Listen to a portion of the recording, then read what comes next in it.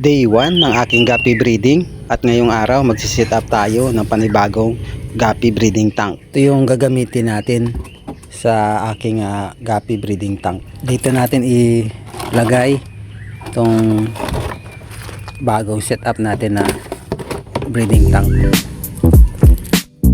Maulan na ngayon at kung mapansin nyo, medyo basa yung paligid. Lagyan na natin yun ng tubig. Yung tubig pala na ginagamit ko dito, ito stock water. 3 days na ito nakastock dito at nakasingaw na yung chlorine. So safe na to gagamitin.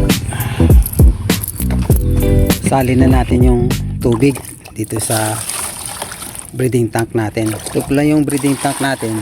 Naka outdoor setup lang tayo. Ito namang breeding tank ko na to, outdoor, tsaka yan planted. At ito din outdoor, tsaka yung mayroon siya mga plant. Kapag outdoor ang setup mo at tsaka ganito yung panahon, medyo maulan, kailangan lagyan mo ng butas yung breeding tank. So, katulad nito guys, so ayan, mayroon siyang butas para hindi mag-apaw yung tubig.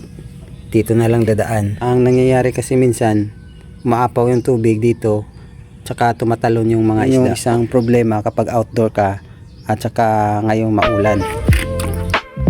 Tiger guppies yung i-breed natin dun sa bagong setup ko na breeding tank. Namili tayo dito ng 2 female tsaka isang male na tiger guppy. Ito yung female na gagamitin natin sa breeding natin.